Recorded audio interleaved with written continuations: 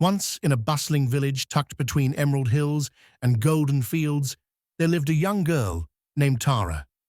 She had eyes like the morning sky, clear and curious, but behind them lived 1,000 questions.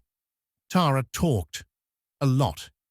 She asked why the sky was blue, why people cried, why the wind howled at night. But no answer ever seemed enough. Her father, a widower and a weaver, often chuckled at her questions, offering small stories while his hands danced over threads. But even he couldn't answer everything.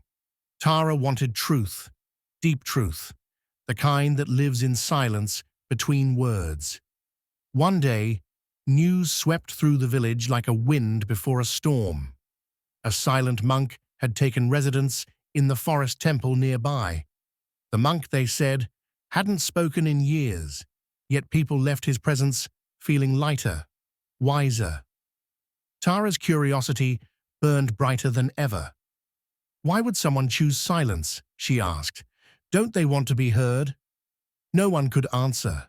So, one crisp morning, she packed a satchel with some fruit, her sketchbook, and her favorite pencil, and set out toward the temple. The forest was deep, green, and alive. Leaves whispered secrets, and sunlight spilled through in golden threads. As she walked, Tara rehearsed her questions.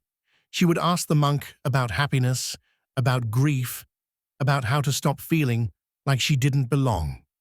When she reached the temple, she found him sitting beneath an old banyan tree, robes simple, eyes closed. He was older, his skin weathered like tree bark, but his presence was calm, still. She waited. When he opened his eyes, she greeted him and asked, "Are you the monk who never speaks?" He smiled gently and nodded. Tara sat down, cross-legged. "I have many questions." The monk listened.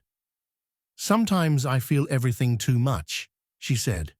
"Like I'm made of feelings. Everyone else seems okay. How do I stop being like this?" The monk said nothing. Tara frowned. "Do you think that's a silly question?" He shook his head slowly and pointed toward the forest. Together, they watched as a squirrel darted up a tree, as a butterfly fluttered near a flower.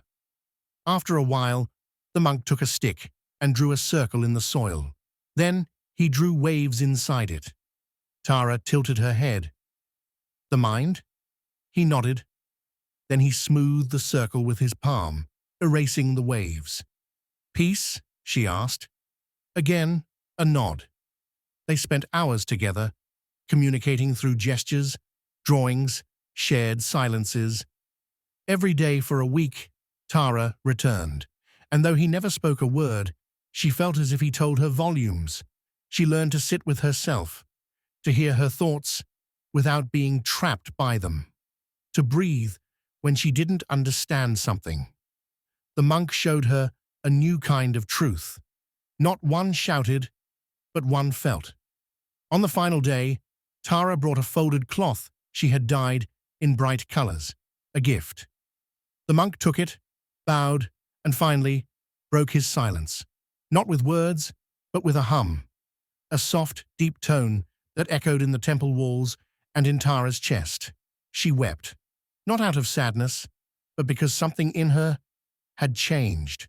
Her questions weren't gone, but they no longer hurt. They had become part of her journey. When she returned to the village, people noticed something different.